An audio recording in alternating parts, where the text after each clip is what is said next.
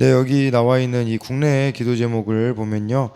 북한의 그 기아 위험이 심각 단계고 영양결핍 인구 비율이 세계에서 6번째로 높은데 5세 미만 아동 사망률은 1000명당 17명으로 한국보다 약 6배 높고 10에서 19 청소년 사망률은 전체 6%에 이르는데 고통받는 이 땅에 긍휼로 구원하신 하나님 은혜가 임하길 기도해야 하며, 국에는요 유럽 발칸바도에 위치한 슬로베니아는 1991년 유고슬라비아 사회주의 연방공화국에서 독립했는데 이후 안정된 민주주의 체제와 사회 기반 시설을 갖추었는데 세속주의와 영적 무관심이 커지고 있다고 합니다.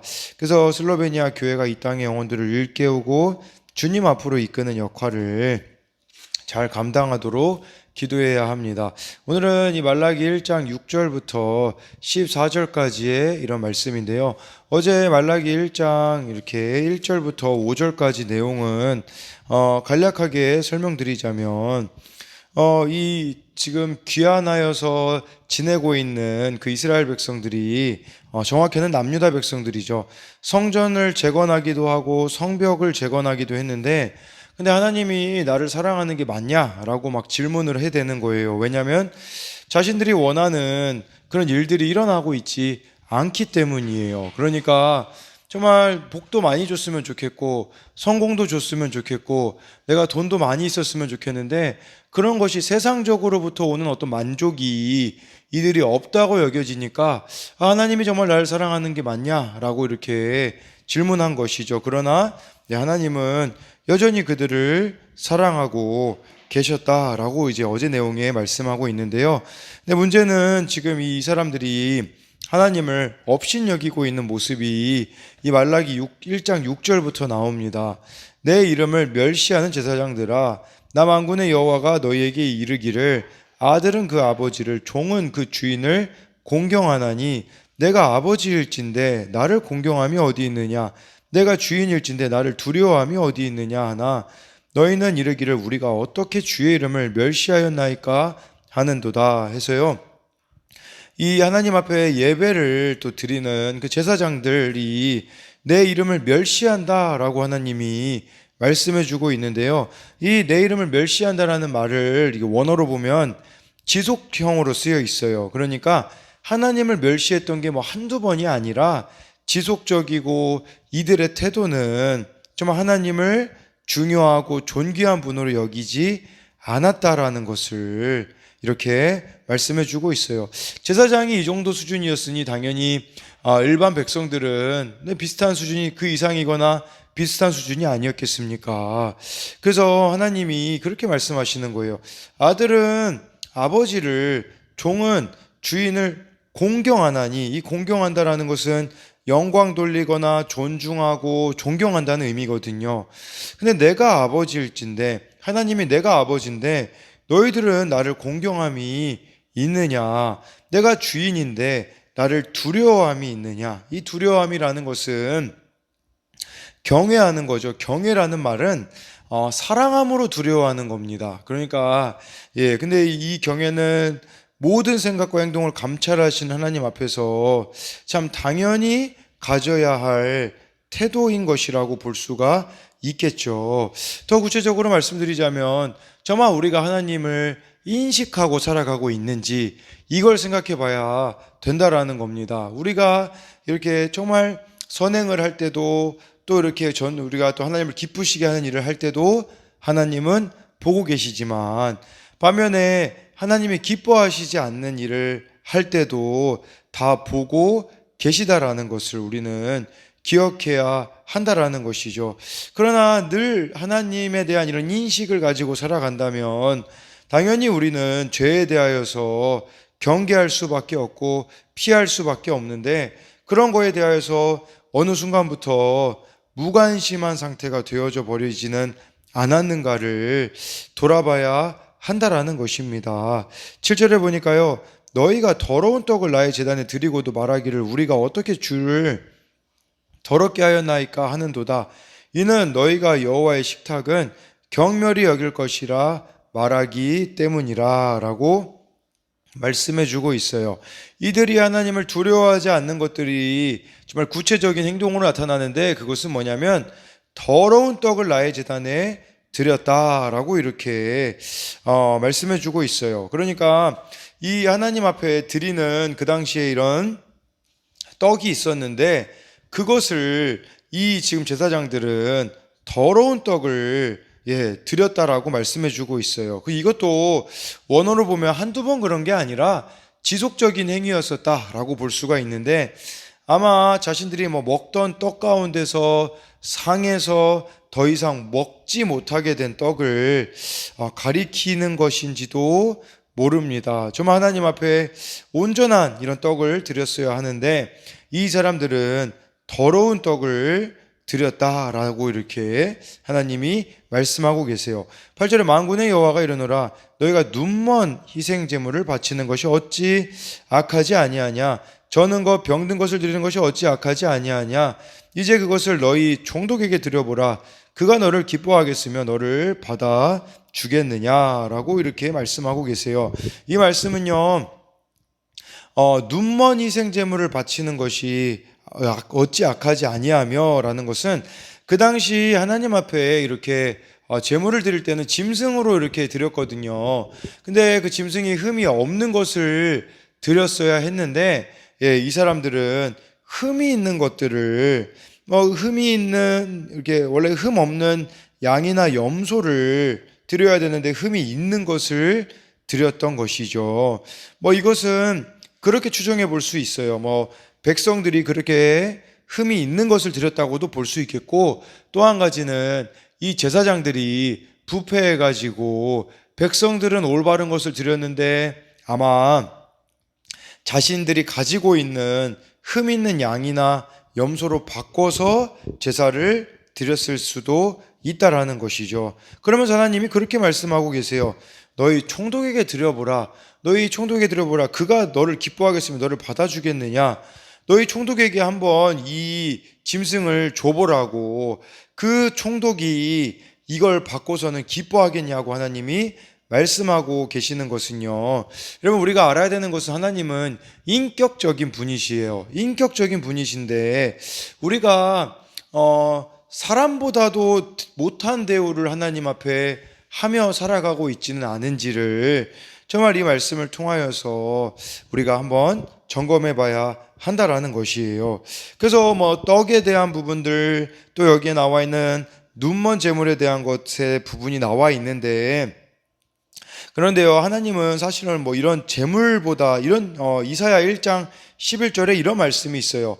여호와께서 말씀하시되 너희의 무수한 제물이 내게 무엇이 유익하뇨 나는 수량의 번제와 살찐 짐승의 기름에 배불렀고 나는 숫송아지나 어린 양이나 수렴수의 피를 기뻐하지 아니하노라. 이 말씀의 의미는 하나님은 어떤 그런 예물보다 더 기뻐하는 것이 있다라는 뜻이거든요. 그것은 무엇이냐면 바로 이사야 1장 여기 18절에 보면 나와 있어요. 여호와께서 말씀하시되 오라 우리가 서로 변론하자 너희의 죄가 주홍 같을지라도 눈과 같이 희어질 것이요 진홍같이 붉을지라도 양털같이 희게 되리라. 이것이 하나님이 원하시는 예물이자 예배였었거든요. 그것은 뭐냐면 한마디로 말씀드리자면 회개가 있는 예배였다라는 거예요. 하나님 앞에 회개한 자들이 어떻게 하나님 앞에 이렇게 하나님을 소홀히 여기겠습니까? 그러면서 9절 말씀 보니까요. 만군의 여호와가 이르노라 너희는 나 하나님께 은혜를 구하면서 우리를 불쌍히 여기소서 하여 보라. 너희가 이같이 행하였으니 내가 너희 중 하나인들 받겠느냐라고 해가지고요.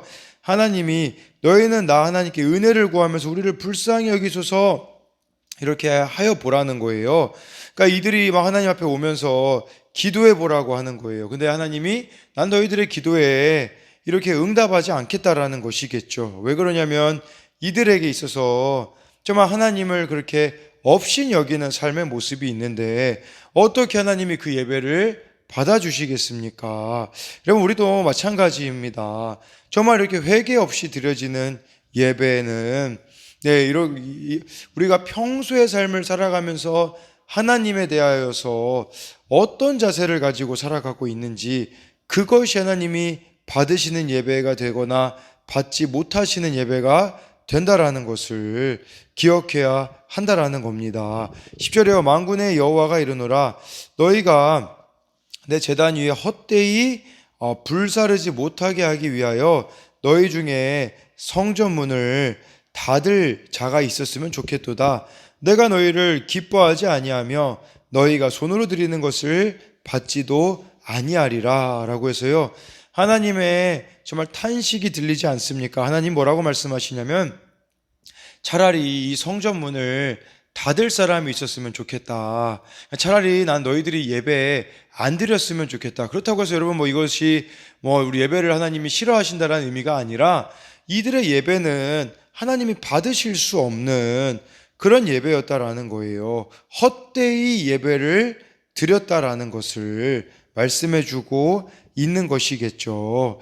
네, 그러면서 너희가 손으로 드리는 것도 받지 아니하리라고 하신 것은 이들이 아무런 마음 없이 하나님 앞에 드리는 그런 희생제물, 이런 예물들은 아무런 소용이 없음을 이렇게 말씀해 주고 있습니다. 그러면서 여기도 그렇게 이게 보니까 이 말씀에도 보듯이 결국 이렇게 헛되이 예배를 드리는 것은 악을 쌓을 뿐이라는 사실을 우리는 기억해야 한다라는 거예요. 이러한 내용이 예레미야에도 보면 나오거든요.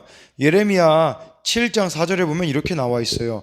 너희는 이것이 여호와의 성전이라 여호와의 성전이라 여호와의 성전이라는 거짓말을 믿지 말라. 그 성전이 그 당시 있었는데 거기는 하나님의 성전이 아니라고 하나님이 예레미야를 통해서 말씀하셨거든요. 근데 왜 그곳이 성전이 아니었냐면 그런 내용이 나와 있어요. 이 예레미야 7장 5절 6절 보면 너희가 만일 길과 행위를 참으로 바르게 하여 이웃들 사이에 정의를 행하며 이방인과 고아와 과부를 압제하지 아니하며 무죄한 자의 피를 이곳에서 흘리지 아니하며 다른 신들을 따라 화를 자초하지 아니하면 이렇게 나와 있거든요. 그러니까 하나님께서 이곳은 하나님의 성전이 아니라고 말씀해 주고 있는데 왜 그러냐면 예배를 드리러 온 사람들의 삶이 하나님 보시기에 합당하지 않았기 때문이라는 거예요. 그러니까 우리도 하나님 앞에 정말 이렇게 나아오는 것이 중요하지만 정말 우리가 하나님의 말씀에 따라서 순종하면서 살아온 그 삶이 있어야 사실은 우리가 하나님 앞에 어떤 예물을 드리는 것도 중요하겠지만 그것보다도 하나님은 우리들을 받기 원하세요. 우리의 마음을 드리는 그 예배에 전심으로 하나님께 드리는 그 예배를 회개한 심령으로 드려지는 예배를 원하신다라는 것이죠. 그런 것들이 이루어지지 않으면 차라리 성전문이 닫혔으면 좋겠다. 차라리 너희들이 예배를 드리지 않았으면 좋겠다라고 하나님이 말씀하시는 거죠. 회개가 빠져버린 그런 바로 자들의 예배는 하나님이 받지 않으신다라는 겁니다. 11절에 만군의 여호와가 이르노라 해 뜨는 곳에서부터 해 지는 곳까지의 이방 민족 중에서 내 이름이 크게 될 것이라 각 처에서 내 이름을 위하여 분향하며 깨끗한 제물을 드리리니 이는 내 이름이 이방 민족 중에서 크게 될 것임이니라 라고 말씀해 주고 있어요. 이들에게 정말 마지막 기회를 하나님이 주고 계시는 거예요. 이 말라기를 통하여서 이렇게 말하고 있는 것은 정말 이들이 돌이키기를 하나님이 원하셨거든요. 근데 만약에 너희들이 돌이키지 않으면 내가 이방 민족 중에서 크게 될 것이다 라는 것은 바로 이 제사장들이 하나님을 경외할 마지막 기회를 박탈당할 것임을 뜻하는데 오히려 이방인들이 하나님을 높이며 깨끗한 제물을 드릴 것이라고 이렇게 말씀해주고 있습니다. 그러니까 내가 너희들을 버리고 이방 민족에게 가겠다 이렇게 되는 것이겠죠. 회개가 이루어지지 않는다면 바로 그렇게 되어질 것임을 우리들에게 말씀해주고 있는데 여러분, 근데요 이러한 일들은 지금 이 전 세계에서도 지금까지 일어났던 일들이 아니겠습니까? 얼마나 그 유럽이 정말 이렇게 그 복음으로 또 이렇게 막 종교개혁도 일어나고 정말 그 기독교 많은 국가들이 참 기독교 국가들이었었죠. 그러나 그들이 또 이렇게 하나님 앞에 온전히 서지 못하자 그 복음이 계속해서 이렇게 그 복음의 중심지가 다른 나라들로 바뀌어지고 있는 그런 모습들을 보게 되어집니다. 우리나라도 마찬가지지 않겠습니까? 우리나라에도 정말 세계 10대 안에 드는 교회들이 얼마나 많으며 얼마나 많은 또 그리스도인들이 있습니까? 그러나 정말 우리가 하나님 앞에 바로 서 있지 않는다면 요한계시록에 나와 있는 말씀처럼 촛대를 옮기시겠다라는 그 말씀을 우리가 기억해야 한다라는 것입니다. 12절에요. 그러나 너희는 말하기를 여호와의 식탁은 더러워졌고 그 위에 있는 과일 곧 먹을 것은 경멸히 여길 것이라 하고 내 이름을 더럽히는도다. 만군의 여호와가 이르노라. 너희가 또 이르기를 말하기를 이 일이 얼마나 번거로운고 하며 코웃음치고 훔친 물건과 저는 것 병든 것을 가져왔느니라. 너희가 이같이 봉헌물을 가져오니 내가 그것을 너희 손에서 받겠느냐. 이는 여호와의 말이니라 라고 해가지고요. 네, 하나님 앞에 드리는 것은 다 이들이 하나님의 이름을 더럽히는 삶을 살아가게 되어지고 또 하나님을 경멸히 여기는데 하나님이 어떻게 그들의 예배를 받으실 수가, 예물을 받으실 수가 있겠습니까? 그러니까 13절에 하나님이 이렇게 말씀하시는 이 만군의 여호와를 너희가 또 말하길, 여기서 말한 너희는 제사장들이에요. 제사장들이 이렇게 그 당시에 예배를 인도하면서 이거 희생제물 하나님 앞에 각을 떠서 드리는 것도 참 번거롭다. 그렇게 생각한 거예요. 이거 하나님 섬기는 거 참 귀찮은 일이네.